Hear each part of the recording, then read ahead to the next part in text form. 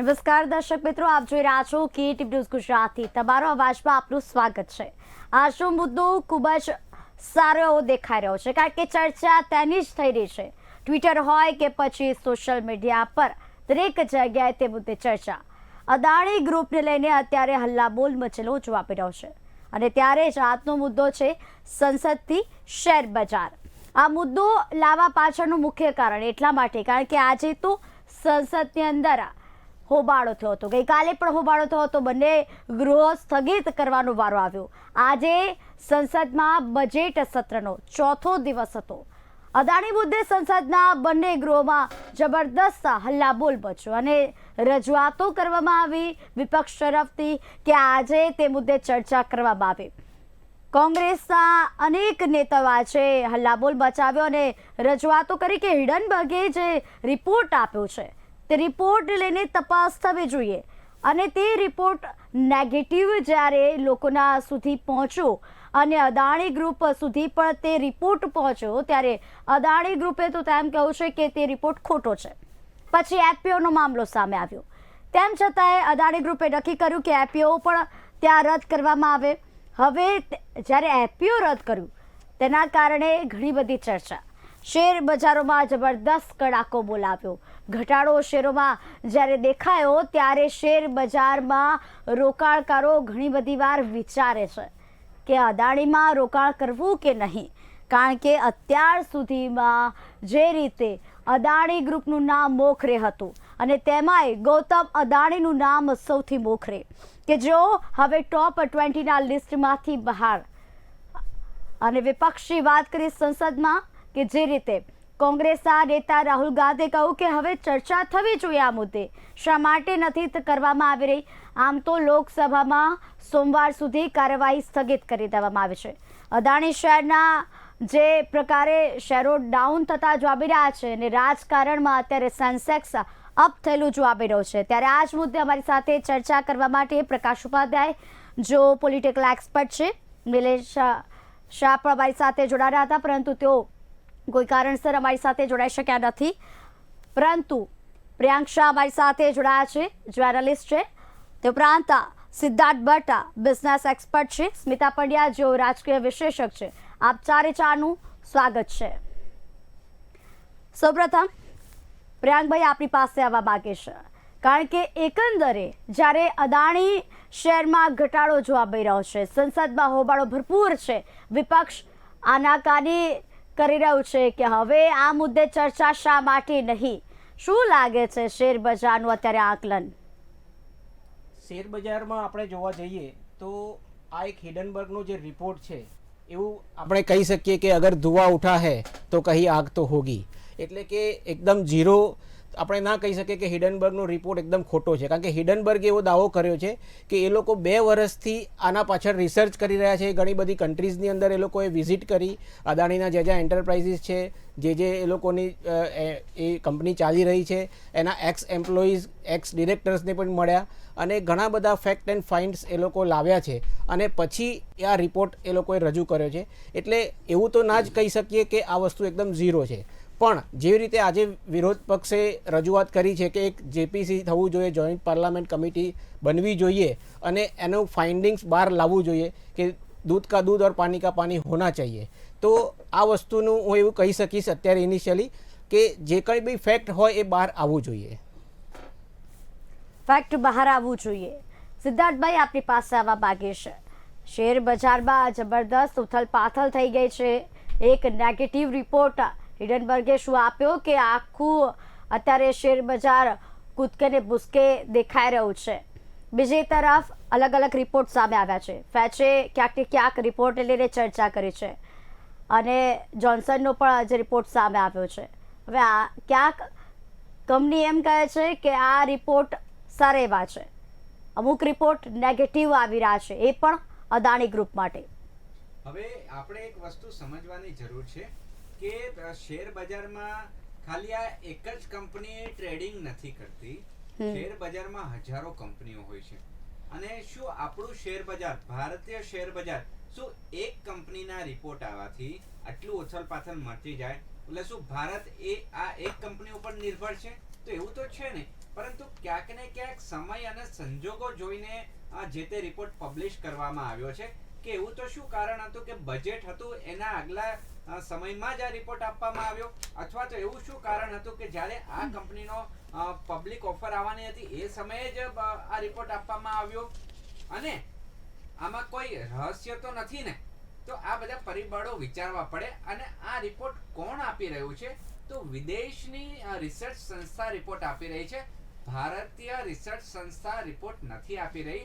એટલે આમાં વૈશ્વિક પરિબળો કામ કરી રહ્યા છે કે અથવા તો એક સમયે કંપનીએ વાત કરી કે આ ભારતના સ્વાભિમાન સાથે જોડ્યું, તો એ આપણને નથી ખબર. એ તો શું થયું છે એ લોકોને જ ખ્યાલ હોય, અથવા તો જે સેબી જ્યારે ઊંડાણપૂર્વક રિસર્ચ કરે, ફેક્ટ ફાઇન્ડિંગ કરે, તો આપણને ખબર પડે કે સાચું શું છે અને ખોટું શું છે.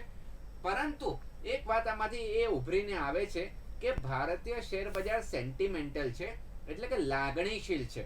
હકીકતને ઇગ્નોર કરી અથવા તો જે ફંડામેન્ટલને ઇગ્નોર કરી અને એક કંપનીનું સાચું ખોટું જે કંઈ હોય રિપોર્ટ આવ્યો, નેગેટિવ રિપોર્ટ આપ્યો તો શેર બજાર પડ્યું, અને જો પોઝિટિવ રિપોર્ટ આવે તો શેર બજાર ઊંચું થાય. એટલે એક કંપનીથી આખું શેર બજાર પ્રેક્ટિકલી ડિપેન્ડન્ટ નથી હોતું.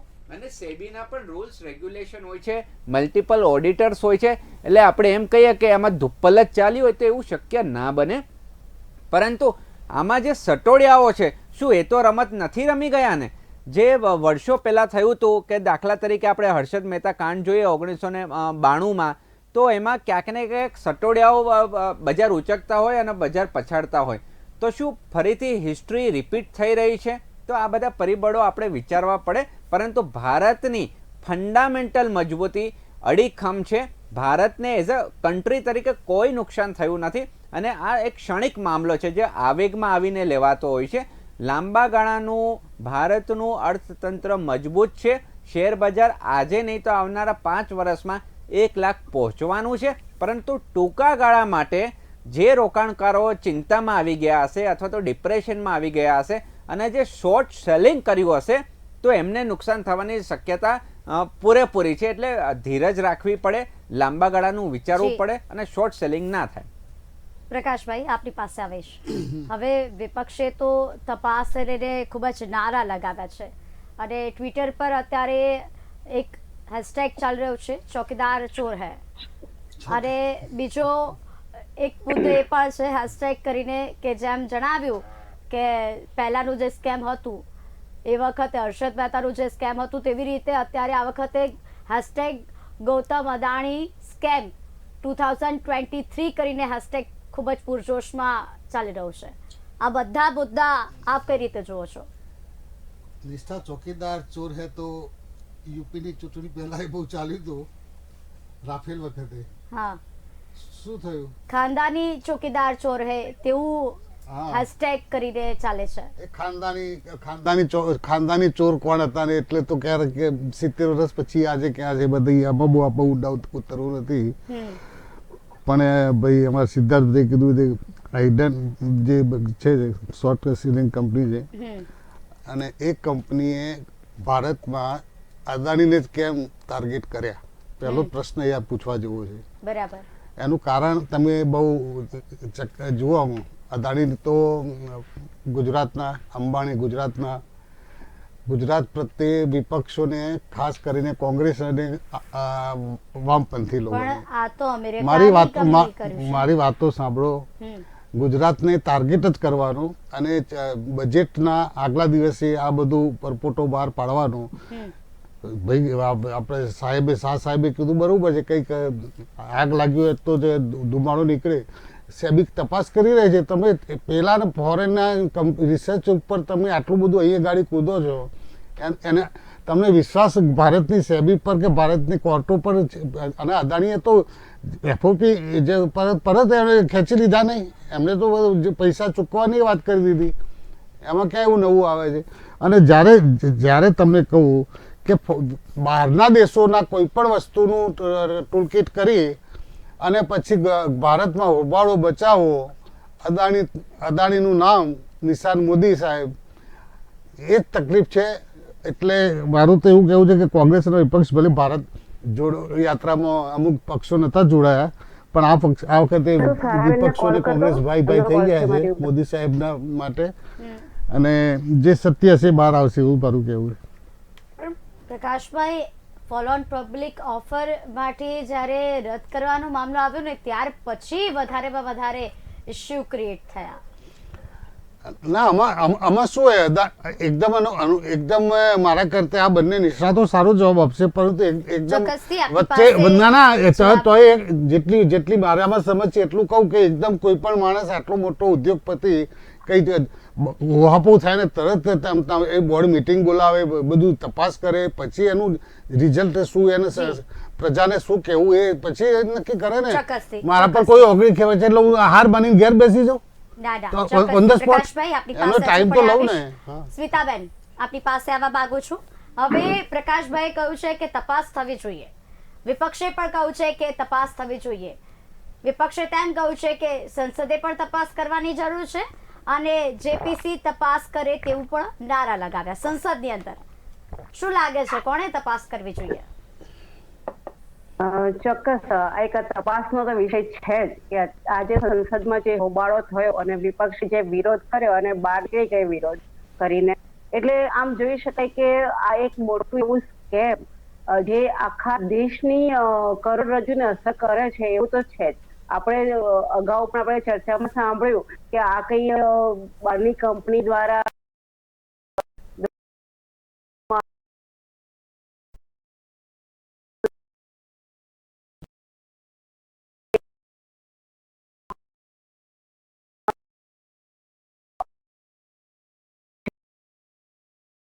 ગોટા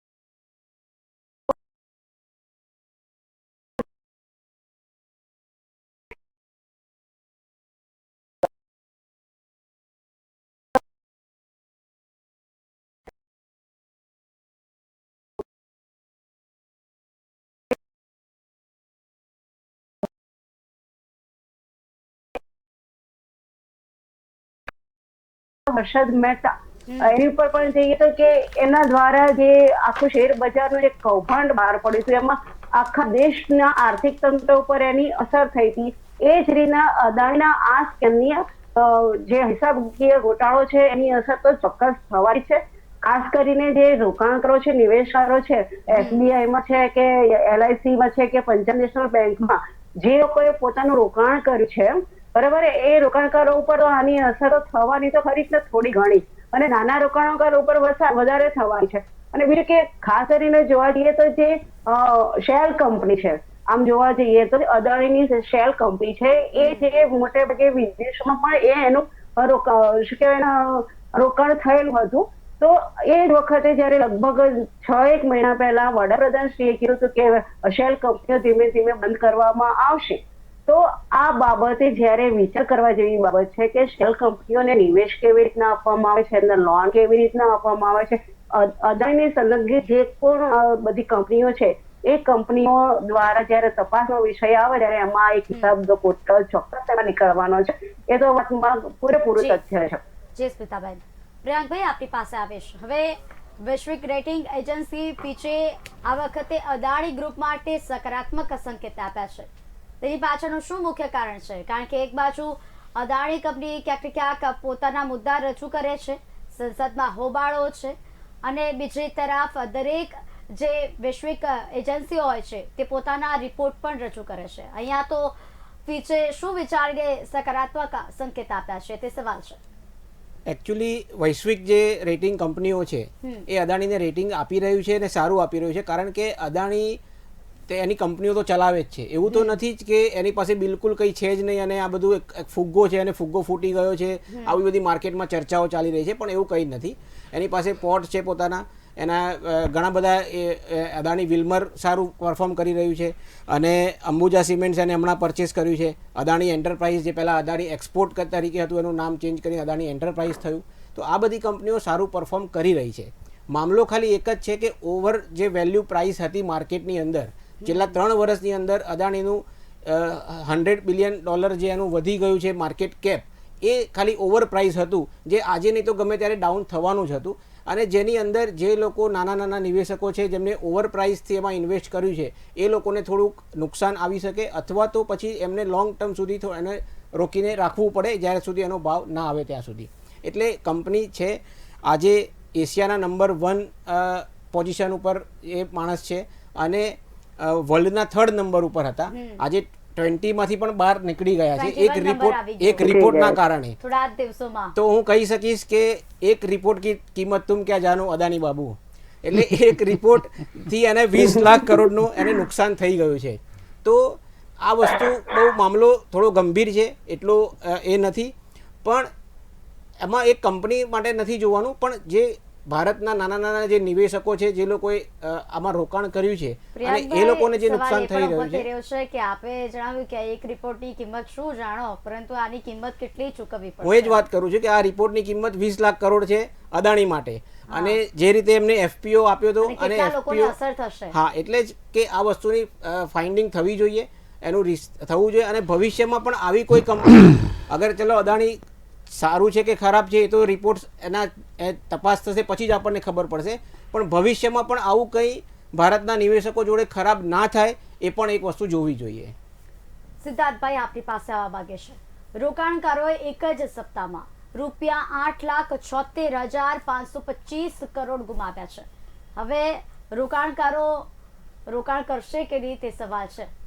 હવે આ ખૂબ જ સરસ વિષય છે કે રોકાણકારોને શું કોઈએ મજબૂર કર્યા હતા, કે શું એમના લમણે કોઈએ બંદૂક મૂકી હતી કે આ કંપનીમાં તમારે રોકાણ કરો, જો રોકાણ નહીં કરો તો તમને ઉડાડી દેવામાં આવશે? એવું તો હતું નહીં. સ્ટોક માર્કેટમાં સેબી વર્ષોથી કહે છે, ઇન્વેસ્ટર પ્રોટેક્શન ફંડ પણ બનાવ્યું છે કે માર્કેટમાં નિવેશ કરવું હોય તો એનું રિસ્ક જોવું પડે. સાથે સાથે જ્યારે પબ્લિક ઇસ્યુ આવતા હોય, IPO આવતો હોય કે ફોલો ઓન પબ્લિક ઓફર આવતો હોય, તો એનું જે પ્રોસ્પેક્ટર્સ હોય અથવા તો IPO હોય તો રેડ હિયરિંગ પ્રોસ્પેક્ટર્સ હોય, એમાં બજારના જોખમો લખેલા હોય છે. જેમ આપણે હોમ લોન લેતા હોય, કાર લોન લેતા હોય, તો 20 પન્નાનું જે અંગ્રેજીમાં લખેલું હોય નાના અક્ષરોએથી, એવી રીતે જ્યારે પણ પબ્લિક ઓફર આવતી હોય તો એમાં મોટું 400-500 પાનાનું દળ આખો ગ્રંથ હોય છે કે જેમાં કંપની શું કરે છે, એ કયા ક્ષેત્રમાં છે, બજારની શું પરિસ્થિતિ છે અને વૈશ્વિક શું માહોલ છે, એમાં કયું રિસ્ક રહેલું છે, એ બધું લખેલું જ હોય છે. IPO અને FPO વચ્ચે શું તફાવત છે, ત્યાં કે માહિતી આપો ને અમારા દર્શક મિત્રોને. જ્યારે આપણે પહેલી વાર બજારમાં આવતા હોઈએ કે લોકો જોડેથી પૈસા લેતા હોઈએ છે મૂડી તરીકે, તો એ ઇનિશિયલ પબ્લિક ઓફર એટલે કે પ્રથમવાર પબ્લિકને ઓફર કરવામાં આવ્યા છે. એકવાર IPO આવી ગયો પછી બીજી વાર પબ્લિકમાં શેર ઇસ્યુ કરવા હોય તો એને ફોલો ઓન પબ્લિક ઓફર કે, કારણ કે એકવાર ઇનિશિયલ IPO આવી ગયો એટલે ફોલો ઓન પબ્લિક ઓફર, એનો મેથડ તો બધી સેમ જ રહેતી હોય છે. હવે વિષય વસ્તુ એ આવે છે કે પ્રજા ક્યાં ભરાઈ ગઈ, અથવા તો એવું એમને ક્યાં લાગે છે કે અમે ભરાઈ ગયા, કે જ્યારે એનું વેલ્યુએશન શેર દીઠ વેલ્યુ થતી હોય ને, તો શેર દીઠ વેલ્યુએશન એના પેરામીટર હોય છે, અને જે મર્ચન્ટ બેન્કરો હોય એ એનું વેલ્યુએશન કરતા હોય કે એક શેરનો ભાવ 1000 ગણવો, 2000 ગણવો કે 3000 ગણવો. અને જ્યારે પબ્લિક ઇસ્યુ આપવામાં આવે એટલે રોકાણકારોને કહેવાય કે તમારે કેટલા શેર ખરીદવા છે, એક શેર ખરીદવા છે તો એક શેરનો ભાવ ₹2000 છે. એટલે રોકાણકારોએ રોકાણ કર્યા હોય અને એના આધારે પછી ટ્રેડિંગ થાય કે શેરમાં જે લે વેચ આપણે કરતા હોય, તો આ બધી ટ્રાન્સપરન્ટ સિસ્ટમ હોય છે. અને પ્રજાએ નક્કી કરવાનું છે, રોકાણકારોએ નક્કી કરવાનું છે કે મારે આમાં રોકાણ કરવું કે કેમ. તો એમણે ટેકનિકલ અને ફંડામેન્ટલ એનાલિસિસ કરીને રોકાણ કરવું જોઈએ, નહીં કે મારા પડોશીએ લીધા એટલે હું શેર લઈ લઉં, કે બ્રોકરે કીધું એટલે હું શેર લઈ લઉં. કારણ કે બ્રોકિંગ એજન્સીને તો એમનું ટ્રાન્ઝેક્શન ઉપર કમિશન મળતું હોય છે, પરંતુ જે રોકાણકારોની મરણ મૂડી છે તો એમણે સમજી વિચારીને રોકાણ કરવું જોઈએ. કોઈ આપણને ફોર્સ નથી કરતું. તો બીજી પર્સપેક્ટિવથી એ આવે કે સાવ એવું પણ નથી, કારણ કે આ કંપનીનું માળખાગત ફંડામેન્ટલ મજબૂત છે. એ ઇન્ફ્રાસ્ટ્રક્ચર ઉપર એમણે એટલું બધું રોકાણ કરેલું છે, એટલે લાંબા ગાળે એનું વળતર મળવાનું છે. અને બધી કંપની પ્રોફિટ મેકિંગ છે, એમના ચોપડામાં પ્રોફિટ બોલે છે. હવે પ્રોફિટ બોલે છે તો એવું ના હોય કે ચોપડા સાવે સાવ ધુપ્પલ ચાલતું હોય, કારણ કે એમાં ઓડિટિંગ એજન્સીએ ઓડિટ કર્યું હોય, સર્ટિફાઈડ કર્યું હોય. અને આ તો લિસ્ટેડ કંપની એટલે સૌથી સુરક્ષિત કંપનીઓમાંથી કહેવાય. લિસ્ટેડ કંપની એટલે સૌથી સુરક્ષિત કંપનીઓમાંથી કહેવાય, કારણ કે 5 ગણે ગણીને પાણી પીતા હોય એ લોકો, અને ત્યારે એના પબ્લિક રિઝલ્ટ અનાઉન્સ થતા હોય. એટલે એમાં એવું કોઈ ગભરાવાની જરૂર ના હોય. પરંતુ હા, ક્યાંક ને ક્યાંક ભારતનું આપણે 50 વર્ષનો ઇતિહાસ જોઈએ શેર બજારનો, તો દર દાયકામાં કંઈક ને કંઈક આવું આવતું રહેતું હોય છે. જેવી રીતે આપણે હર્ષદ મહેતા કાંડ જોવામાં આવ્યો, તે એવી જ રીતે MCXનું આવ્યું હતું. MCXમાં મિસ્ટર શાહ હતા. સાચું ખોટું એ ભગવાન જાણે, પરંતુ યુપીએ ગવર્મેન્ટમાં એ આવ્યું હતું કે જ્યારે ઓડિટ કરવામાં આવ્યું ત્યારે ખબર પડી કે એમના ગોડાઉનમાં કોમોડિટી તો હતી જ નહીં, કઠોળ તો હતા જ નહીં. પેપર ઉપર ખાલી ગોડાઉનમાં સ્ટોક બોલવામાં આવ્યો હતો, અને એના આધારે લોન લેવામાં આવી હતી, એના આધારે ફંડ લેવામાં આવ્યું હતું. અને જ્યારે સોદો પાડવામાં આવ્યો તો આપણે એ માલની ડિલિવરી કરી જ ના શક્યા. એટલે પણ આમાં ક્યાં રાજકારણ રમાઈ જતું હોય એ આપણા સામાન્ય પ્રજાને ખબર નથી હોતી. સાચી વાત છે. પ્રકાશભાઈ, આપણી પાસે આવવા માંગે છે. એવું કહેવાય છે કે શેર બજારના ઇતિહાસમાં કોઈ પણ કંપનીનું સૌથી મોટું ધોવાણ થયું હોય ને તો અદાણી ગ્રુપ માટેનું આ ધોવાણ થયેલું જોવા પડે છે. અને વિપક્ષે આજે સંસદની અંદર તેમ કહ્યું છે કે મિત્રોને છાવરવામાં આવી રહ્યા છે. સરકાર આ તરફથી આ વખતે સરકાર હંમેશા મિત્રો માટે વિચારે છે, લોકોના માટે નહીં.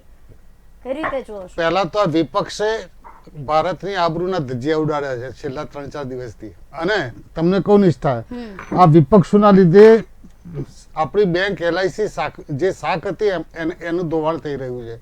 તમને ખબર નહીં હતું LIC નું તો ભટજી અને પ્રિયાંકભાઈ ખબર છે કે આટલું કરવા છતાં 32,000 કરોડ રૂપિયા નફામાં ચાલતી તારીખમાં, અને SBI $3,000 મુનાફો બતાવે છે એનું. એટલે કઈ વિપક્ષોનો તો એક જ મુદ્દો છે, અદાણી તો ખાલી બહોરું છે, મોદી સાહેબને ખંફાવા છે. એમને બજેટ સાહેબ માટે ચર્ચા કરવી નથી, બજેટના કાપ બજેટને એના માટે ચર્ચા કરવી નથી, એમને આ જ કરવું છે. અને બીજી વસ્તુ કે અદાણી કઈ ડિફોલ્ટર છે, અદાણી કઈ હપ્તા ભરાતા નથી. અદાણી જેટલી લોનો હશે એનાથી 3 ગણી તો એની અસ્કયામતો છે. જેટલી અદાણીની લોનો હશે એના અદાણીની લોન કરતા 3 ગણી તો એની અસ્કયામત હશે એની. અને કોઈ બેંક વાળાએ કઈ મોદી સાહેબની ચિઠ્ઠીથી કે અમિત શાહના ફોનથી કઈ થોડી લોન આપે છે, એનું એ ફોર્માલિટી હોય છે. આજે તમારે એક મકાન લેવું હોય તો કેટલી તમારે કાર લેવી હોય તો કેટલા કાગળો તમારે ભરવા પડે છે, કેટલું મૂકવું પડે, ત્યારે તો તમને 25 લાખની લોન મળે છે. આ તો કરોડો લાખો કરોડોની વાતો છે નિષ્ઠાબેન. ચોક્કસ. સ્મિતાબેન, આપણી પાસે આવવા માંગે છે. કેટલાક લોકો અત્યારે ચર્ચા કરે છે કે વિપક્ષ જ્યારે અદાણી ગ્રુપને લઈને મુદ્દો લેશે, સંસદની અંદર ચર્ચા કરે છે, હોબાળો મચાવે છે, ત્યારે વિપક્ષ ક્યાંક ને ક્યાંક 2024માં આવનારું જે ઇલેક્શન છે તેના કારણે આ મુદ્દો વધારે પ્રકાશમાં લાવે છે.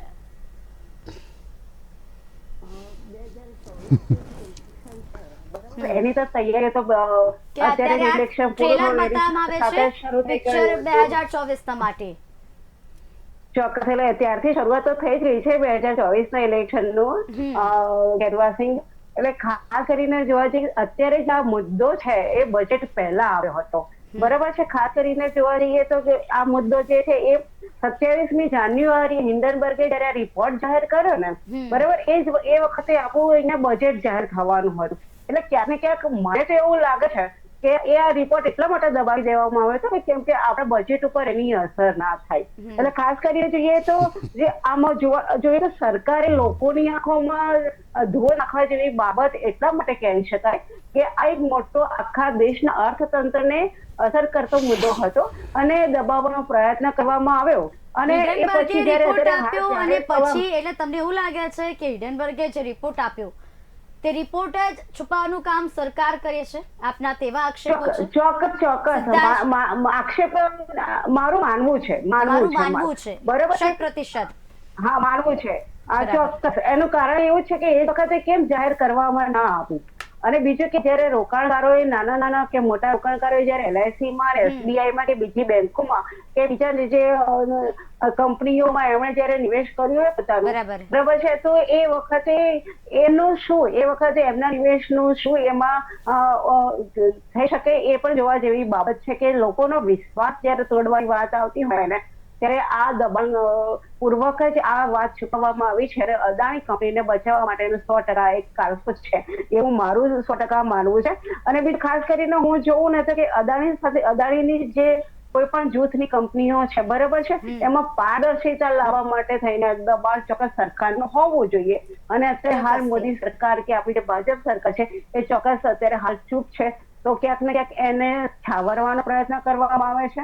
એટલે જે પદ્ધતિથી અત્યારે હાલ સંસદમાં હોબાળો થયો છે અને બીજું કે જે વિરોધ પક્ષ જે છે એમણે હોબાળો કર્યો છે, તો આ ચોક્કસ એ 2024ની ઇલેક્શનનું કદાચ એમના અસરમાં હશે, પણ આ એક જરૂરી હતું તથ્ય બહાર લાવવું, ફેક્ટ બહાર લાવવું એ જરૂરી હતું. એટલા માટે સંસદે તો શું, અહીંયા લોકોએ પણ જેના નિવેશમાં જેને રોકાણો કરે છે એની ઉપર અસર થઈ હોય એ લોકોએ પણ બહાર આવીને પોતાનો વિરોધ નોંધાવવો જરૂરી છે. એટલા માટે જ કે ખાસ કરીને લોકોનો જે નિવેશ ભરોસાથી રોકાણ કર્યું હતું એના માટે થઈને એ લોકોને અત્યારે હાથ ઘાત અને પ્રત્યાઘાત તેમના જે છે એ લોકોને સુધી જાય ને સમજવા પણ જરૂરી છે. રોકાણકારો રૂપિયા કમાવા માટે રોકાણ કર્યા હતા. સાહેબે ના કીધું કે બંદૂકથી રોકાણ કરાવ્યું હતું? ફોર્સફુલી તો કોઈ રોકાણ કરાવતું જ નથી ને બેન. આપનો અવાજ નથી, આપનો અવાજ ક્લિયર નથી આવતો. સ્મિતાબેન, આપને મારો આપનો અવાજ અવાજ બિલકુલ ક્લિયર. તમારો અવાજ ચોક્કસ સંભળાઈ રહ્યો છે મને.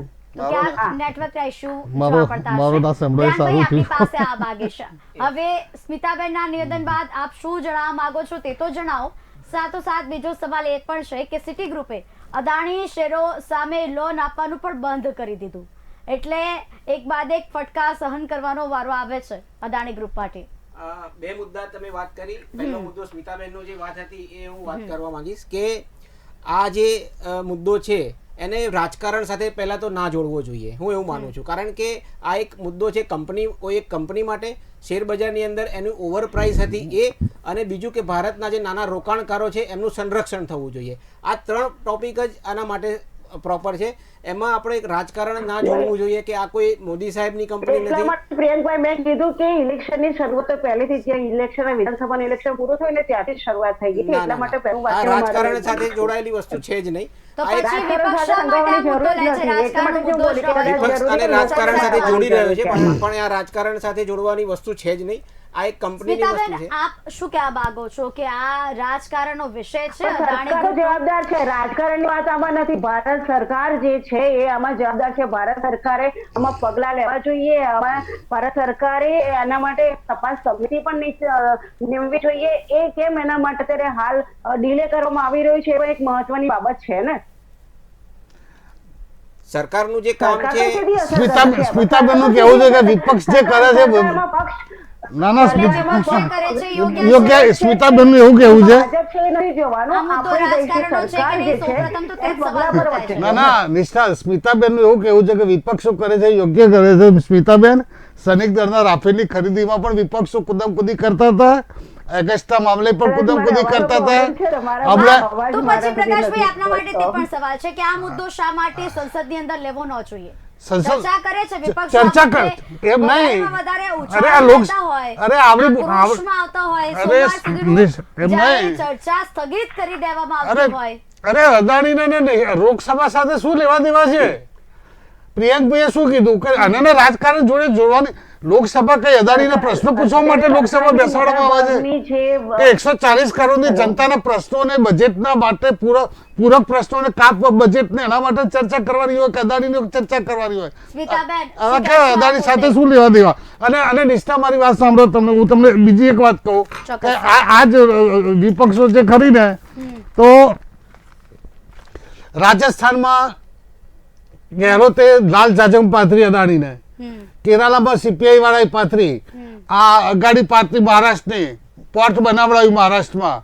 પછી મમતા બેનર્જી જે અત્યારે વિપક્ષો ભેગા થયા છે ને, આ બધાએ અદાણીને લાલ જાજમ પાથરી બોલાવીને રૂપિયા આપીને તો ઉદ્યોગો આપ્યા છે, ઉદ્યોગો લીધા છે. તો એ વખતે અદાણી સારો હતો, અને આજે અદાણી ખરાબ થઈ ગયા. જો મોદી સાહેબ ને અમિત શાહ ને બદનામ ચલો, કરવા, આપણે વિપક્ષની અદાણી વાત અંબાણીને કરીએ છીએ, બદનામ કરવા, પ્રકાશભાઈ. ગુજરાતને બદનામ કરવા. પ્રકાશભાઈ, આપની માટે એક સવાલ છે. હા, કારણ કે વિપક્ષ માત્ર કોંગ્રેસ નહોતું, 13 પક્ષો જોડાશે જેમણે વિરોધ દર્શાવ્યો છે. કોંગ્રેસ, ટીએમસી, આમ આદમી પાર્ટી, પછી એસપી, ડીએમકે, જનતા દળ, તેમણે વિરોધ દર્શાવ્યો છે. એટલે કે વિરોધ- કોંગ્રેસ વિ- માત્ર એકલો વિરોધ પક્ષ નથી વિ- આ મુદ્દાને અરે, લઈને. વિરોધ- 13 જેટલા પક્ષોએ વિરોધ દર્શાવ્યો છે અને બંધ બધા બાજુ પછી બેઠક. વિરોધ પક્ષોને તો વિરોધ પક્ષોનું તો કામ શું હોય? એ વિરોધ ના દર્શાવે તો એમની દુકાન બંધ થઈ જાય. એટલે વિરોધ પક્ષનું તો કામ જ છે વિરોધ. આજે કોંગ્રેસ સત્તામાં અને ભાજપ વિરોધમાં, તો ભાજપ વિરોધ કરે ને બીજા જે એનડીએના જે ઘટક દળો છે એ વિરોધ કરે. વિરોધ પક્ષનું કામ શું? વિરોધ કરવાનું. સ્મિતાબેન, આપ શું જણાવી રહ્યા હતા?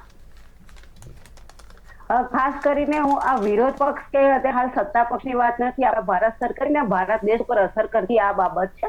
એટલે એમ જોવા જઈએ તો આપણા ભારત દેશની જે રીતની હડ્ડી કહેવાય કરોડરજ્જુ છે એને તોડવાની વાત છે આ રહી. અને બીજું કે પારદર્શિતા, સરકારે પારદર્શિતા લાવીને 1 મહિનાની અંદર તપાસ સમિતિ રચવી જોઈએ અને પારદર્શિત અહેવાલ રજૂ કરવો જોઈએ કે એના કારણો શું છે. બરાબર, અત્યાર સુધી જે ભલે વિદેશની એજન્સીએ આ રિપોર્ટ આપ્યો છે પણ ક્યાંક તો એમાં સચ્ચાઈ હોવી જોઈએ. અને બીજું કે આપણા દેશ મોટા ભાગે સ્મિતાબેન, સેબી તપાસ કરી રહી છે. ધીરજ તો રાખો. સેબી તપાસ ઇન્કવાયરી કરી રહી છે. અદાણી પાસે છે, સંભળાતું મોટા નથી ભાગના હવે. આપણા બંદરો એમની પાસે છે. બરોબર, ક્યાં બંદરો લઈને ઉડી જવાના છે?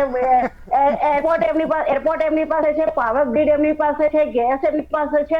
તો આ મોટા ભાગે આ દરેક ઉપર તો એની અસર થવાની જ છે ને. એટલે આપણા દેશની કરોડો આર્થિક કરોડરજ્જુ પર પ્રોડક્શનમાં કે અસર છે અને એક ઉપભોક્તાઓને તો કોઈ અસર થતી નથી. આ જે અસર થાય છે, આ જે વિપક્ષો અને જે બદનામ કરવા વાળા છે એમને જે વિપક્ષને બદનામ કરવાની વાત નથી કે અમારા સત્તા પક્ષની પણ બદનામ કરવાની વાત નથી. આપણા ભારત દેશના અર્થતંત્રની વાત છે. એટલે આવા ચોક્કસ આપણે એક તપાસ સમિતિ તો રચાવવી જોઈએ. આમ જોવા જઈએ તો આખા ભારતમાં ખાલી અદાણી કંપની જે લિસ્ટેડ છે. આના પહેલા અમેરિકાની એનરોન કંપનીએ ભારત દેશમાં સત્યમ કોમ્પ્યુટર નામના જે ગોટાળો બહાર પાડ્યો, બરાબર છે, એના માટે પણ તપાસ સમિતિને બધું જે રચાયું ને જે રીતના રિપોર્ટ આવ્યો છે એ પ્રમાણે પણ આપણા સુધાબેન, આપની પાસે આવવા માંગીશ, પરંતુ તે પહેલા સિદ્ધાર્થભાઈનો જવાબ પણ માંગીશ અચૂકપણે. સિદ્ધાર્થભાઈ, અદાણી ગ્રુપના જે રિપોર્ટ જ્યારે સામે આવ્યા ત્યારથી જ હાહાકાર મચી ગયો અને આપ જાણો છો કે ગૌતમ અદાણીનું ટોપ 20 માંથી નામ પણ બહાર થઈ ગયું અને એક જ દિવસમાં 88 કરોડનું નુકસાન પણ પહોંચ્યું. શું લાગે છે આવનારા સમયમાં કેટલું નુકસાન થઈ શકે તેમ છે અદાણી ગ્રુપને? હવે આ હંમેશા આપણે ધ્યાન રાખવું જોઈએ કે ટોપ 10 માં કોણ રીચેસ છે, કોણ નથી રીચેસ. તો આ બધા કાગળના વાઘ છે. કયા કાગળના વાઘ? પેપર ઉપર એ રાતોરાત કરોડપતિ પણ બની શકાય, પેપર ઉપર રાતોરાત રોડપતિ પણ બની શકાય. શેર બજાર તો આવું જ હોય, પરંતુ એમાં સમજી વિચારીને રોકાણ કર્યું હોય તો વાંધો ના આવે. હવે મુદ્દો એ આવે છે કે એમની ટોપ 10 માંથી ઘટીને 21મા નંબર ઉપર આવી ગયા. એમને વ્યક્તિગત ક્યારેય કદી ફરક પડતો નથી, કારણ કે એમની જે રિયલ પ્રોપર્ટી હોય એ તો એની એ જ રહે. આ તો પેપર ઉપર આજે આગળ વધ્યા છે, કાલે પાછળ એક સ્ટેપ પાછળ ગયા, તો 6 મહિના પછી જોશો તો પાછું એ પોઝિશન ઉપર આવી જશે. એટલે આમાં બિઝનેસને કોઈ અસર પડતી નથી. ધંધો તો જેમ ચાલતો હોય એમ જ ચાલે. આ તો ખાલી એક શેર બજારમાં ઉપર નીચે થાય છે. અને બીજો મુદ્દો એ કે જ્યારે સંસદમાં ધમાલ થાય છે કે જોઈન્ટ પાર્લામેન્ટરી કમિટી બનાવો, જેપીસી બનાવો, તો સમજવાનું એ છે કે જેણે આ કંપનીમાં રોકાણ કર્યું છે, માની લો કે નાના રોકાણકારોની વાત કરીએ તો એમની સંખ્યા કેટલી છે? એ કોઈ કહે છે? શું એમની સંખ્યા 10 લાખથી વધારે છે? ભારતની વસ્તી 150 કરોડ છે. 150 કરોડમાંથી માની લો કે 1 લાખ લોકોએ રોકાણ કર્યું હોય, એ 1 લાખ લોકોની શું બધી મૂડી વપરાઈ ગઈ છે? ના, એવું નથી. એમની આવકનો 10 કે 15 કે 20% હિસ્સો ગયો હોય. હવે શું ભારતમાં સંસદમાં આપણા દેશની લોકશાહીમાં આ એક જ ઇસ્યુ છે? ગરીબીના ઇસ્યુ નથી, મોંઘવારીના ઇસ્યુ નથી, ગ્રામીણ વિકાસના ઇસ્યુ નથી, પશુપાલનના ઇસ્યુ નથી, ડિફેન્સના ઇસ્યુ નથી, એજ્યુકેશનના ઇસ્યુ નથી. તો એ મુદ્દે ચર્ચા થવી જોઈએ. અને એક જ કંપની ઉપર તમે આદુ ખાઈને પાછળ પડી જાઓ તો શું આ આપણા દેશની જનતાને ક્યાંક એવું નથી લાગ્યું કે આપણે સાચા લોકોને ચૂંટ્યા છે કે ખોટા લોકોને ચૂંટ્યા છે? આખો દેશ આ બધું જોઈ રહ્યો છે.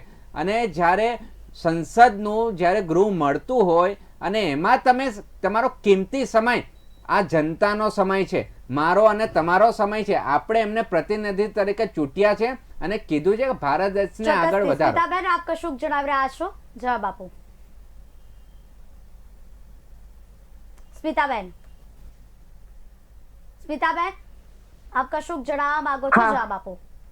હા એટલે અત્યારે હાલ જે ચર્ચા થઈ રહી છે, એટલે આપણે જોવા જઈએ તો અદાણી ઉપર જે સવાલ, અદાણી કંપની ઉપર જે સવાલ ઉઠાવવામાં આવે છે કે આંગળી ચીંધવામાં આવે છે, તો હું માનું છું ત્યાં સુધી આપણા ભારત દેશ ઉપર આંગળી ચીંધવામાં આવે છે. આપણા ભારત દેશના અર્થતંત્ર પર આંગળી ચીંધવામાં આવે એટલે છે. માત્ર ખાસ અદાણી કરીને ગ્રુપ જોવા જઈએ તો આખું અત્યારે આ જે અર્થતંત્ર ચલાવે છે કે શું? અદાણી ગ્રુપને તમારું તો એવું કહેવું છે? કારણ કે હલો, તમે તો હલો. આડકતરી રીતે તેમ કહ્યું કે અર્થતંત્ર પર આંગળી ચીંધવાની વાત છે. હા ચોક્કસ, એ પણ છે જ. એમાં એનું કારણ હું તમને કહું કે એટલે અદાણી ગ્રુપ અત્યારે આખું હાલ અર્થતંત્ર જે ચલાવે છે, સ્મિતાબેન? ના, એનું કારણ અર્થતંત્ર અદાણી ગ્રુપ એટલા માટે હું કહેવા માંગુ છું કે ભારત દેશની મોટાભાગની તમામ જે સેવાઓ, મોટાભાગની મોટી સેવાઓ છે એ એના તરફથી મળી રહી છે આપણને. બરાબર, એને આપવામાં આવેલું છે ને પ્રોજેક્ટ. એમના પ્રોજેક્ટ થ્રુ તો આપણે એરપોર્ટ ચાલી રહ્યા છે, એના પ્રોજેક્ટ થ્રુ તો આપણો ગેસ ચાલી રહ્યો છે, અને પ્રોજેક્ટ થ્રુ તો આપણા બંદરો ચાલી રહ્યા છે. તો એ અર્થતંત્રને નથી અસર કરતું? મારો સવાલ પણ એ તો છે જ કે સિદ્ધાર્થભાઈ, આપણે જે ચર્ચા કરી રહ્યા છીએ એમાં એ વસ્તુ છે જ ચોક્કસ એમાં. એટલે એ હોવું જોઈએ. નથી. અને બીજું ખાસ કરીને કે આખા કૌભાંડમાં ફક્ત 4 લાખ કરોડ રૂપિયા જે છે એ રોકાણ શું કે અદાણી કંપનીને નુકસાન કરવું છે, પણ જે નાના રોકાણકારો હોય કે બીજા જે બધા હોય એમાંથી 11 લાખ કરોડનું નુકસાન એ લોકોને થયું છે. જેને પોતાની પરસેવાની કમાણી એક વિશ્વાસના ભરોસાથી અદાણીના ગ્રુપમાં મૂકી હોય, બરાબર છે, એ પછી જયારે આ વસ્તુ બહાર પડે છે, કૌભાંડ, આ હિસાબી કૌભાંડ છે, આ ઘોટાળો છે ને, આ તો આ જયારે બહાર પડતું હોય તો એ લોકો ઉપર પણ અસર તો થવાની છે ને. એ પણ ધ્યાનમાં રાખવું જોઈએ. આમાં ફક્ત સંસદની વાત છે, આમાં ફક્ત સંસદની વાત નથી, રાજકીય પરિસ્થિતિની વાત નથી, આમાં સ્કેમની વાત છે ને, સ્કેમની મુદ્દાની વાત થવી જોઈએ. હવે દાખલા તરીકે આપણે મુદ્રા પોર્ટની વાત કરીએ, આપણે ગુજરાતની જ વાત કરીએ ને, ખૂબ જ ટૂંકમાં જવાબ જોઈએ છે સિદ્ધાર્થભાઈ. તો અદાણી પોર્ટ, મુદ્રા પોર્ટ, એનું કામ ચાલુ જ છે. શેર બજારમાં શેરનો ભાવ વધ્યો કે ઘટ્યો એનાથી બિઝનેસને કોઈ ફરક પડ્યો નથી, તો પડવાનો છે. હા, પેપર ઉપર ફરક પડ્યો છે. શું કોઈની નોકરી ગઈ? ના, નથી ગઈ. શું ધંધો ઘટ્યો? ના, નથી ઘટ્યો. આ પેપર ટ્રાન્ઝેક્શન છે અને પ્રોમોટરનો હિસ્સો પણ આમાં છે. એટલે જો વેલ્યુએશન ઘટ્યું હોય તો એ પ્રોમોટરને પણ અસર પડી હોય, એટલે એમને તો એની ચિંતા હોય ને કે નહીં. ઘણીવાર એમ કહીએ કે ભાઈ પ્રજાને કરી નાખ્યું, પણ ભાઈ આમાં તો મોટા ભાગનો હિસ્સો એમના પોતાનો છે. એટલે ભાઈ મારી મૂડી ધોવાય તો મને ચિંતા હોય કે ના હોય? એટલે બહુ કોમન સેન્સ વાળી, આ કોમન લોજિક વાળી વસ્તુ છે. કદાચ નાની મોટી ગડબડ થઈ કે નહીં એ તો જ્યારે સ્ક્રુટિની એનાલિસિસ કરવામાં આવે ત્યારે દૂધનું દૂધ ને પાણીનું પાણી થઈ જશે, પણ ખોટો દેકારો બચાવવાની અત્યારે શું જરૂર છે? આપણો કિંમતી સમય બીજા કામમાં ના આપીએ. પ્રિયાંકભાઈ, આપણી પાસે આવવા માંગે છે. અદાણી ગ્રુપ પર આરબીઆઈ નો દંડો ચાલ્યો છે અને ભારતીય બેંકો પાસે અદાણી ગ્રુપને આપેલી લોનની વિગતો માંગી છે. યસ, શું દર્શાવે છે કે આરબીઆઈ કેમ આ પ્રકારે તપાસ કરવા માંગે છે? એકચ્યુઅલી આ ટાઈપના જે બિઝનેસ હાઉસીસ હોય એ લોકો, આરબીઆઈ એ બધા બેંકોને રિપોર્ટ માંગ્યો છે કે તમે અદાણી ગ્રુપની અંદર કેટલું ઇન્વેસ્ટમેન્ટ, કેટલી લોન્સ આપી છે એ અમને જણાવો. અને એ વસ્તુ જાણવી જરૂરી એવું છે. લાગે છે કે અદાણી ગ્રુપે પણ હું તમને જણાવી દઉં, કદાચ બેંક જણાવે પહેલા હું તમને જણાવી દઉં, મારી પાસે આંકડા છે કે આ બધા જે બિઝનેસ હાઉસીસ હોય એ પોતાના જે કરંટ માર્કેટની અંદર જે એમના શેરના પ્રાઇસ હોય એ શેર એમની પાસે જે પર્સન્ટેજ હોય એ અમુક પર્સન્ટેજ એ લોકો બેંકમાં પ્લેજ કરતા હોય છે, એટલે કે ગીરવે મૂકતા હોય છે, અને પછી એના ઉપર એ લોન લેતા હોય છે જે કરંટ માર્કેટ પ્રાઇસ હોય એના ઉપરથી. એટલે હિડનબર્ગના રિપોર્ટમાં એવું કહેવામાં આવે છે કે અદાણીના જે શેર પ્રાઇસ છે એ 80% અપ છે, 80% પ્રાઇસ વધારે છે કે જે ના હોવા જોઈએ. અને એ અત્યારે પોઝિશન એવી છે કે જે બેંકોએ જે ધિરાણ આપ્યું છે એ શેર પર જે એનો પ્રાઇસ છે માર્કેટની અંદર એના ઉપર ધિરાણ, સમજો કે એક એક્ઝામ્પલથી સમજીએ કે 150 કરોડનું એનો શેરના પ્રાઇસ છે અને બેંક એને 100 કરોડનું ધિરાણ આપે છે અને સામે 150 કરોડના શેરનું એને પ્લેજ આપે છે, એનો એ આપે છે, ગેરંટી આપે છે, એ શેર એના ત્યાં ગીરવે મૂકે છે. હવે એ શેર જો 80% ઘટી જશે તો એ બેંકોની શું હાલત થશે? તો સાથે સાથે અદાણીની અંદર જે નાના રોકાણકારો છે એ લોકો બી મુશ્કેલીમાં આવશે, અને એ બેંકોની અંદર જે લોકોના મૂડી પડી છે કે બેંકો પર એ એફડી કે બધું ઇન્વેસ્ટમેન્ટ પડ્યું છે, એ That's લોકોને point. બી થોડીક હું આ અસર મુદ્દો થશે. વાત કરતી હતી હવે તમને. હું તમને આંકડા બી જણાવી દઉં કે અદાણી પાવર એ કંપની પાસે પોતાની પાસે 74% શેર છે, એમાંથી એમને 25.01%, 25% શેર તો એમને બેંકમાં ગીરવે મૂકેલા છે. બરાબર. અને એ 25% શેર ઓવર પ્રાઇઝેડ, કે જે માર્કેટની અંદર સમજો કે અદાણી ના જે પ્રાઇસ હતા થોડાક દિવસ પહેલા, તો એ પ્રાઇસ ઉપર એ લોકોએ બેંકને ગીરવે આપેલા છે. એવી જ રીતે અદાણી ગ્રીન એનર્જીના 60% શેર એ લોકો પાસે છે, પ્રમોટર્સ પાસે, અને એમાંથી એ લોકોએ 4.36% શેર ગીરવે મૂકેલા છે. એવી જ રીતે અદાણી પોર્ટ્સ છે, એના એ લોકો પાસે 65% શેર છે, જેમાંથી એમને 17.31% શેર બેંકમાં ગીરવે મૂકેલા છે. હવે આ જે પર્સન્ટેજ શેર એ લોકોએ મૂકેલા છે એની કિંમત કરોડોની અંદર, અબજોની અંદર થાય છે, અને એની વેલ્યુએશન આજે ડાઉન થઈ ગઈ છે. એટલે બેંકોની પણ પરિસ્થિતિ આ કારણે થોડીક બગડશે, અને આ સેન્ટિમેન્ટ સુધારતા થોડોક એમાં સમય લાગી શકશે. એટલે કેટલો સમય આવી શકે તેમ છે? એ હવે ક્યાં સમય સુધી? જ કહી શકાય છે, પણ કારણ કે analysis- અદાણી એનું કેટલું બાઉન્સ બેક કરે છે અને કેટલું એ આ બાબતમાંથી જલ્દી બહાર આવે છે એના ઉપર નક્કી બહાર થશે. આવી શકે છે કે નહીં તે અને પણ એટલા માટે સવાલ. જ તમે જે મુદ્દાની વાત કરી હતી કે સિટી ગ્રુપ એ હવે અદાણીને ધિરાણ આપવાનું બંધ કરી દીધું, એનું કારણ પણ આ જ છે કે જે ઓવર પ્રાઇસ ઉપર એ લોકો જે ધિરાણ આપતા હતા શેર ગીરવી લઈને, હવે એને બંધ કરવું જ જોઈએ. પ્રકાશભાઈ, હું તમારી પાસે તો આવું છું, પરંતુ તે પહેલા સિદ્ધાર્થભાઈ પાસે જવાબ માંગે છે. સિદ્ધાર્થભાઈ, જે રીતે પ્રિયાંકભાઈએ જણાવ્યું કે બહાર આવવું અત્યારે કહી ન શકાય, પરંતુ મારો તો સવાલ એ છે કે બહાર ક્યારે આવશે, કઈ રીતે આવશે? કારણ કે ગીરવે મૂકવું પડે છે બધું, હા, તેમ છતાંય સવાલ એટલા માટે.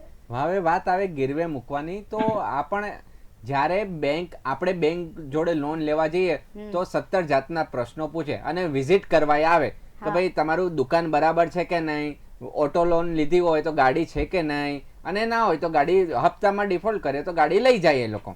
તો એવી રીતે જ્યારે બેંક કોઈ પણ કંપનીને લોન આપતી હોય છે, ધિરાણ કરતી હોય છે, તો ત્યાં ક્રેડિટ મેનેજરો હોય છે, ક્રેડિટ કંટ્રોલ મેનેજર, એ આખા કંપનીને બેલેન્સ શીટ જોતા હોય છે કે ભાઈ કંપની મજબૂત છે કે કેમ, એમને જે શેરનું વેલ્યુએશન કર્યું એ બરાબર છે કે કેમ. એમાં તો ફાઇનાન્શિયલ એક્સપર્ટ હોય છે. સિદ્ધાર્થભાઈ, આપના માટે બીજો એક સવાલ એ પણ છે, રિઝર્વ બેંક ઓફ ઇન્ડિયાએ અત્યાર સુધી તપાસ શા માટે ન કરી? એક રિપોર્ટ જ્યારે નેગેટિવ આવેલો જોવા પડ્યો ત્યાર પછી તપાસ કરવાનું શરૂ કર્યું. હવે લોનની વાત આવે છે સામે. જી, શેર બજારમાં હજારો કંપનીઓ લિસ્ટેડ છે. હવે કોઈ પણ સેબી હોય કે આરબીઆઈ હોય, એ રોજે રોજ કે દરેક કંપનીનું મોનિટરિંગ ના કરતો, એમના કમ્પ્લાયન્સ સેબીને પહોંચી જતા હોય. ક્વાર્ટરલી રિઝલ્ટ હોય એટલે ક્વાર્ટરલી રિઝલ્ટ સેબીને પહોંચતા જ હોય છે. પરંતુ ક્યાંક જ્યારે વધારે પડતું બૂમ પડે, અથવા તો કે ભાઈ હું એક શરીર જેવું છે કે શરીર બધું વ્યવસ્થિત ચાલતું હોય, ફિટ અને હિટ હોય, તો ત્યાં સુધી કંઈ વાંધો નથી, પરંતુ પગમાં કાંટો વાગ્યો હોય ત્યારે મારું ધ્યાન પડે છે કે યાર અહીંયા કંઈક લોચા થયા છે. તો એવી જ રીતે જ્યારે ઉહાપો થયો ત્યારે રિઝર્વ બેંકે કીધું ભાઈ કોને કેટલું એક્સપોઝર છે, કોને કેટલી લોન આપી છે, અમને આંકડા આપો, પછી નક્કી કરીએ કે એક્સપોઝર વધારે પડતું છે, રિસ્ક કેટેગરી કેટલી છે, ઇન ટોટાલિટી જોવામાં આવે. કારણ કે જ્યારે ઉહાપો થયો ત્યારે એ લોકોને ખબર પડે, અધરવાઇઝ જે રીતે રોજિંદા કાર્યકામ ચાલે છે તો ત્યાં સુધી ચાલતા જ હોય. આ એને જેવી વસ્તુ થઈ કે કોકનો ફોન આવ્યો ફ્લાઇટમાં કે બોમ્બ મૂક્યો છે એટલે એરપોર્ટ ઓથોરિટી સજાગ થાય, અધરવાઇઝ રૂટીન ચેકઅપ તો ચાલતું જ હોય છે. એટલે ક્યાંક ને ક્યાંક અફવા આવી એટલે એલર્ટ થયા, અધરવાઇઝ રૂટીન કાયદાકીય પ્રક્રિયા તો એની રીતે ચાલે જ છે. એટલે સિદ્ધાર્થભાઈ, કહેવાય છે કે હિડનબર્ગે કાંટો વગાડ્યો છે ગૌતમ અદાણીને. હવે ત્યારબાદ કેટલા સમયની અંદર કાંટો બહાર નીકાળી શકે છે તે સવાલ છે. એટલે હિડનબર્ગ તો નીકાળવા તો નહીં જ આવે, કારણ કે તેમણે તો રિપોર્ટ વ્યક્ત કર્યો છે. ગૌતમ અદાણી કેટલા સમયમાં તે કાંટો બહાર કાઢે છે તે સવાલ છે. ચોક્કસથી પ્રકાશભાઈ આપણી પાસે આવવા માંગીશ. હવે આજે સંસદની અંદર ચર્ચા બીજી એ પણ થઈ છે. મલ્લિકાર્જુન ખડગે જણાવ્યું છે કે લોકોની મહેનતની કમાણી વેડફાઈ રહી છે. અર્થતંત્ર પર સવાલ છે. લોકોની મહેનતની કમાણી વેડફાઈ રહી છે તો આપણે ભાઈ સિદ્ધાર્થભાઈએ કીધું પંડ્યાએ તો તેમ કહ્યું છે કે અર્થતંત્ર ના આખું ના નિર્ભર આમાં એક છે. જ છે કે અદાણીના પગમાં જે કાંટો આટલા બધા reports નહીં આવ્યા. નિષ્ઠા અદાણીના પગમાં કાંટો વાગ્યો છે. અદાણીને જ કાઢવું પડશે, અને અદાણીને શું કરવું પડશે કે જ્યારે સેબીના રિપોર્ટ આવશે અને દૂધનું દૂધ અને પાણીનું પાણી થશે. કાંટો વાગ્યો છે અદાણીને, ખુશ થાય છે વિપક્ષો, કારણ કે એમને તો અત્યારે તાલ્યો પાડવાનો મોકો મળી ગયો છે. 75ના મહોત્સવની અંદર 70 વર્ષ પછી G2 નું જે ગાડી આપણે યજમાન પદે થવાના છે મોદી સાહેબ, પણ એ પ્રકાશભાઈ, એમની આંખે વિપક્ષે ખૂંચે તો છે. મુદ્દા એટલે લેવા પડે ને. આ બધું ચાલુ રહેવાનું જ જ્યાં સુધી.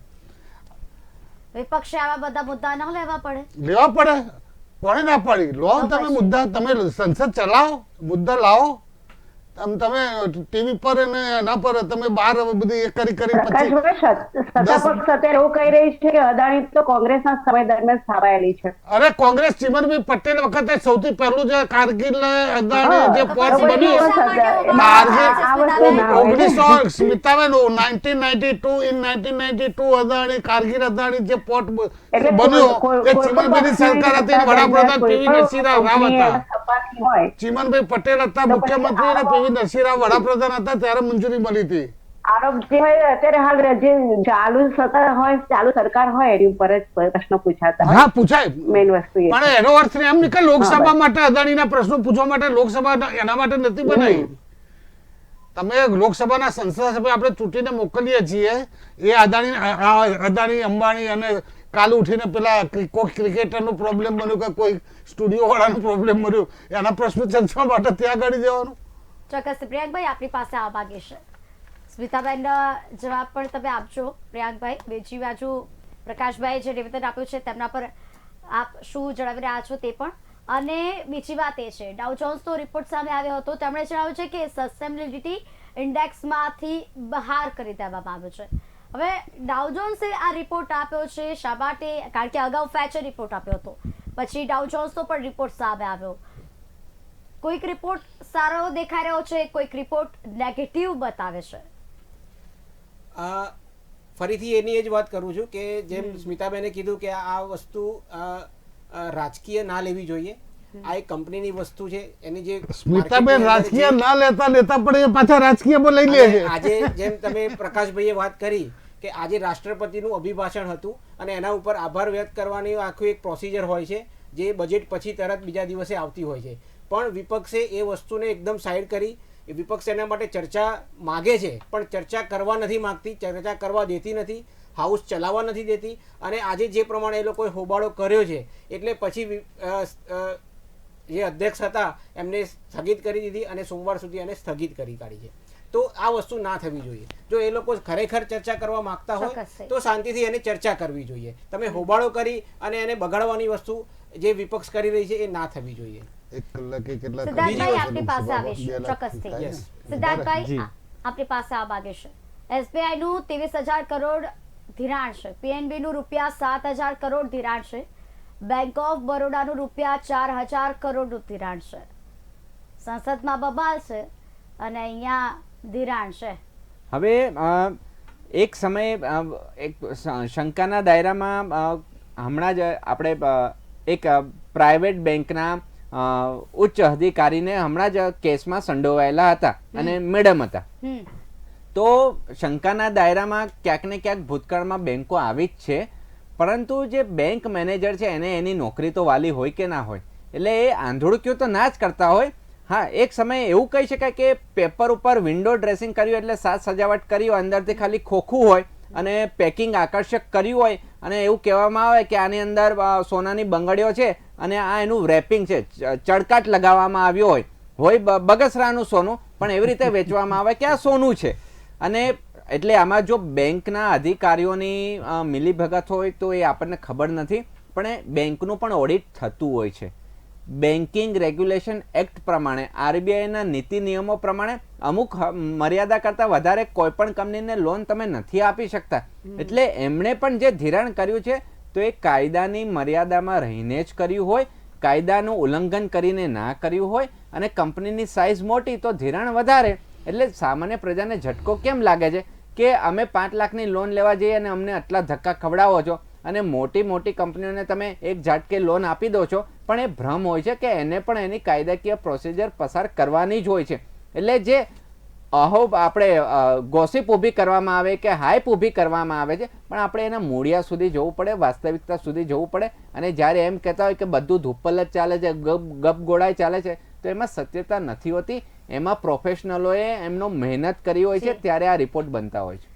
દેશના અર્થતંત્રની જડીબુટ્ટીઓ કહેવાય ઉદ્યોગપતિઓ તો, અને લાખો માણસોને રોજગારી કેટલી. સ્કેમ તો ન કરવા જોઈએ. ક્યાં તમે તમે હજી સુધી તમે કોને એનું નામ ના નથી સાબિત આપ્યું. કોને સાબિત કર્યું સ્કેમ સ્કેમ કર્યું ના થવું જોઈએ સ્કેમ એવું નથી કીધું કે તેમણે સ્કેમ કર્યું છે પણ સ્કેમ તો ન થવા જોઈએ ઘોટાળા તો ના થવો જોઈએ ને, લોકોનો તમે ભરોસો એમ કહો હોય છો છે, કે ઘોટાળો ઘોટાળો કેમ? થવા એમ નહીં, તમે નિષ્ઠામ કહો કે તમારો મોબાઈલ ના ચોરવો જોઈએ એટલે એનો અર્થ કે મેં મોબાઈલ ચોર્યો છે. અર્થતંત્ર રાઈટ ટ્રેક પર જાય તો સારું પરંતુ તે ગાડી ઢીલી પડીને ધીમે જાય તોય ચાલુ પાટલી સારું. બદલી દે તો ખોટું પરંતુ કહેવાય. પછી ટ્રેક જ બદલી દે તો પછી એટલે જીત હાંસલ કરવા માટે કોઈ પણ રસ્તો હિતાવ પ્રકાશભાઈ એવું એમ નહીં, તમે એમ ના કહી શકો કે તમે એમ કહો કે પ્રકાશભાઈ તમારો મોબાઈલ ના ચોરવો જોઈએ પણ હું નથી કહેતી કે તમે મોબાઈલ ચોર્યો છે. બે વસ્તુ કેવી બને? બરાબર અને આ સ્કેમ સમયનો સ્કેમ કોઈ આ જુઓ આપણા રાજા જ્યારે ઈમાનદાર હોય ને ત્યારે નીચેની પ્રજા તમે જુઓ અત્યારે એટલે તમે ઈમાનદાર અત્યારે કોને ના સમજો છો દરેક હું તો રાજા રાજા ઈમાનદાર છે તો તમે રાજા જુઓ એટલે તમે ઈમાનદાર કોને સમજો છો? તમે કારણ કે અત્યારે ચર્ચા તો આપણે પ્રિયંકભાઈ સિદ્ધાર્થભાઈ સંસદની તમે શેરબજારની એમ કરીએ ના છીએ. ના પ્રિયંકભાઈ સિદ્ધાર્થભાઈ પાસે રાજા ઈમાનદાર હોય તો અત્યારે તમારી જોડે પણ તમારો જીએસટી ઇશારો કોના તરફ ના, છે ના, પ્રકાશભાઈ? ના, ના, રાજા કોને તમે નક્કી રાજા કર્યા? ઈમાનદાર હોય તો નીચેની પ્રજા જીએસટી ઇન્કમ ટેક્સ પેયર્સ કેટલું અત્યારે કોઈ પણ એકતા રાજા નિયમો કોણ? મારો સવાલ તો એ છે રાજા પ્રકાશભાઈ. વડાપ્રધાનની વાત કરું છું વડાપ્રધાન અને એની નીચે પછી પ્રજા- એના પછી એમની અંદર નાણામંત્રી પછી રિઝર્વ બેંક આવે રિઝર્વ બેંક પછી બેંકો આવે એટલે બધું અપ ટુ હેડ કોઈનો અવાજ ક્લિયર નથી આવતો. નહીં એ સારું છે અપ ટુ એન્ડ સુધી ઈમાનદારી હોય તો જ આ 2014 પછી એ તમને જોવા મળી હશે. સિદ્ધાર્થભાઈ આપ શું જણાવવા માંગો છો પ્રકાશભાઈના નિવેદન પછી? ના, એમને- ઈમાનદારીથી બિઝનેસ કરવો જોઈએ પરંતુ અહીંયા ઘોટાળો દેખાશે તો પછી ઈમાનદારી ક્યાં ગઈ હવે- અને તેમની શાખ પર અસર નહીં થાય? જી તો આપણે બજેટના સર્વપ્રથમ જ્યારે ભાષણમાં રાષ્ટ્રપતિજીએ નિવેદન આપ્યું હતું શામ દામ દંડ ભેદ તો એમણે એ પણ કીધું હતું કે લોકોને પ્રોત્સાહક યોજનાઓ પણ પૂરી પાડીશું જે કરચોરો હશે ફ્રોડ કરતા હશે તો એમને દંડ પણ કરવામાં આવશે અને એમણે 2-3 ઉલ્લેખ પણ કર્યા હતા કે દાખલા તરીકે આપણી જે તે નેતા આલિયા માલિયા જમાલિયાના શબ્દ પ્રયોગ કરે છે એવો ના કરવો જોઈએ પરંતુ એમને દંડ પણ થયો છે ને એટલે કાયદો કાયદાનું કામ કરતું જ હોય છે. સુપ્રીમ કોર્ટ જ્યારે કહે કે આને દંડ કરવો જોઈએ પછી સરકાર પણ પિક્ચરમાં આવતી નથી એટલે કાયદાને કાયદાનું કામ કરવા દો પરંતુ આપણને શું છે પેલા ગરમા ગરમ ભજીયાની જેમ ગરમ ગરમ ચર્ચા કરવાનું બહુ ઈચ્છા થાય અને એ આપણા સંસદના લોકપ્રતિનિધિઓને પણ ક્યાંક ને ક્યાંક આવી ગલીપચી થાય એવી વાતો કરવી ગમતી હશે એટલા માટે આપણો સમય સંસદનો બરબાદ કરી રહ્યા છે. તમે જ્યારે રિઝર્વ બેન્કે કીધું અમે તપાસ કરીશું, સેબીએ કીધું અમે તપાસ કરીશું, ત્યાં મેટર પૂરો થઈ જાય. હવે જોઈન્ટ પાર્લામેન્ટરી કમિટીની વાત કરું તો હવે આ તો નહોતું બોલવું પણ હવે ક્યાંક ને ક્યાંક બોલવું પડે છે કે જે પણ આપણા શ્રેષ્ઠ નેતૃત્વ છે, સંસદ સભ્યો છે, ધારાસભ્યો છે કે રાજકીય નેતાઓ છે એમાંથી નાણાકીય જ્ઞાન કેટલા ટકા લોકોને છે? ભારતમાં નાણાકીય જ્ઞાન 15%થી ઓછા લોકોને છે અને જે લોકો ત્યાં શ્રેષ્ઠ નેતૃત્વમાં બેઠા છે જે જનપ્રતિનિધિઓનું કામ કરે છે શું એમને બેલેન્સ શીટ વાંચી છે, અભ્યાસ કર્યો છે, કયા મુદ્દે કાગરોળ મચાવે છે? કોઈ પણ પક્ષ કોઈ પણ હોય પણ શું એ નિષ્ણાંત છે, આર્થિક નિષ્ણાંત છે? ક્યાંક ને ક્યાંક કોરોનામાં પણ આવું જ થયું હતું કે કોરોના આ થયો, ફલાણું થયું, ઢીકણું થયું. શું એ ડોક્ટર છે? જે નિષ્ણાંત હોય એ કામ નિષ્ણાંતને સોંપવું જોઈએ, એમનો રિપોર્ટ આપશે. સમાજનું અહિત થાય તો ચોક્કસ અવાજ ઉઠાવવો જોઈએ. તો એમણે એક એની માટે મેકેનિઝમ ઓલરેડી ગોઠવેલું છે તો પછી આપણે વધારે ને વધારે કેમ એને ઉપર એવું બડાઈ હાંકે છે કે ભાઈ એક સમય સિદ્ધાર્થભાઈ સમયનો અભાવ છે એટલા માટે આપણે અટકાવવા માંગીશ. પ્રિયાંકભાઈ, પ્રકાશભાઈ, સિદ્ધાર્થભાઈ અને સ્મિતા પંડ્યા આપ ચારે ઉપસ્થિત રહ્યા તે બદલ આપણો ખૂબ ખૂબ આભાર છે. Thank you. Thank you. તો દર્શક મિત્રો, આભાર. હાલ બજારમાં હિડનબર્ગના એક રિપોર્ટ બાદ જાણે ભૂકંપ આવી ગયો. અદાણી ગ્રુપને મોટો ફટકો પડ્યો છે. સંસદમાં બજેટ સત્રનો આજે 4થો દિવસ પરંતુ કાર્યવાહી પણ અટકાવી પડી. અહીંયા ચર્ચા જે રીતે થઈ તેમાં કહેવામાં આવ્યું કે આ મુદ્દાને રાજકારણમાં ન ધકેલવો જોઈએ. ક્યાંક એવું લાગે છે કે અદાણી ગ્રુપના જે શેરમાં ઘટાડો આવ્યો છે તેના કારણે રોકાણકારો અટવાઈ પડ્યા છે કે કહા જાય હમ આગળ જઈએ તોય ક્યાંક ને ક્યાંક ત્યાં ધુમ્મસ દેખાય છે, પાછળ જઈએ તોય તેમને ડર છે. એટલે કહા જાય તે સવાલ તેઓના માટે છે. ખેર, હવે અદાણી ગ્રુપ આવનારા સમયમાં શું નિવેદન આપે છે તેના પર સૌ કોઈની નજર છે. તેમણે ગોટાળો કર્યો છે કે નહીં તે પણ સવાલ છે, કારણ કે હિડનબર્ગે જે રિપોર્ટ આપ્યો છે તેમાં તો ગોટાળો કર્યો હોય તેવું જણાઈ આવ્યું છે. પરંતુ આવનારા સમયમાં તપાસ થશે ત્યારે ખ્યાલ આવશે. દૂધનું દૂધ અને પાણીનું પાણી ત્યારે થશે. અત્યારે મને રજા આપશો. આપ જોતા રહો KTV ન્યૂઝ ગુજરાતી, સમસ્યા તમારી, ખબર અમારી. નમસ્કાર.